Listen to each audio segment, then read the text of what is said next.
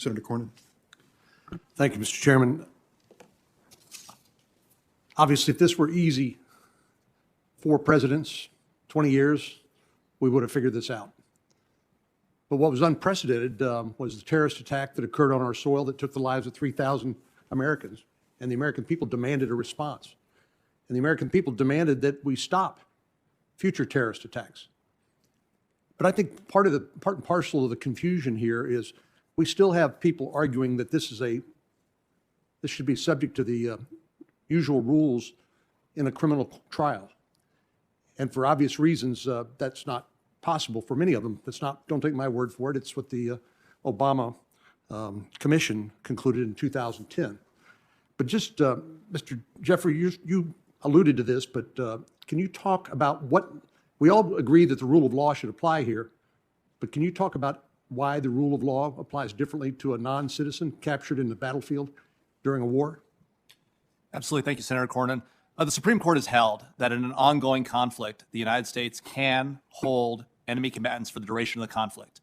Now, there are debates today about with the war on the battlefield in Afghanistan having come to an end with our precipitous withdrawal. Does that change things? The answer clearly is no.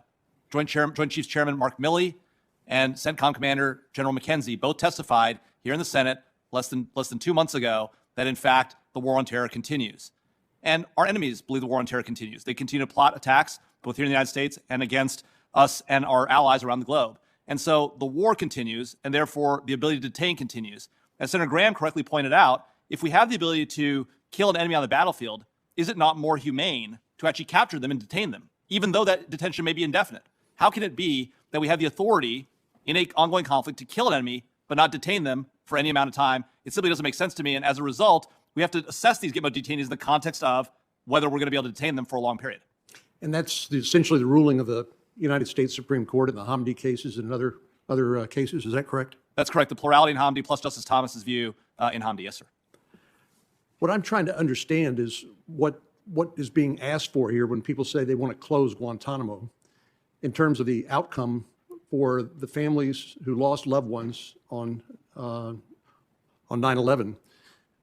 Because I heard Mr. Stinson, you and Mr. Jeffer talk about the difficulties of prosecuting these individuals in a court of law, assuming you chose to do that, could do that, even though clearly the law of war allows indefinite detention, as Mr. Jeffer said, for the duration of hostilities. But it seems to me that there are insurmountable problems with trying to try these detainees in an Article III court. And can you explain, Mr. Stinson, your thinking about that? And also, would simply an acquittal and letting these detainees go and avoid any sort of consequences for their terrorist acts, would that be justice in your opinion? Senator Cornyn, thank you for your question. The argument about closing Guantanamo among the moral arguments is that if you change the zip code and move them to the United States or elsewhere, it eliminates the original sin, quote unquote. And as Senator Graham pointed out, that if you don't deal legislatively with the issue of whether they can be detained under law of war detention and nothing more in the United States, you really don't change anything but the zip code, because it's clear that our enemy is on the march. They're clearly in power in Afghanistan. And if you change the zip code only and change nothing more and prosecute those who you can in court, then our enemy will simply turn their ire and proxy to the new zip code. And so, to close Guantanamo in a responsible way, you have to deal with the fact that we are at war and that law of war detention is the guiding principle, and that if you can prosecute some that can be prosecuted, do that too, and then transfer the remaining if you can get adequate security assurances from the receiving country, which we haven't really gotten the best security assurances from some of the countries where we sent detainees to. That's the conundrum. Thank you.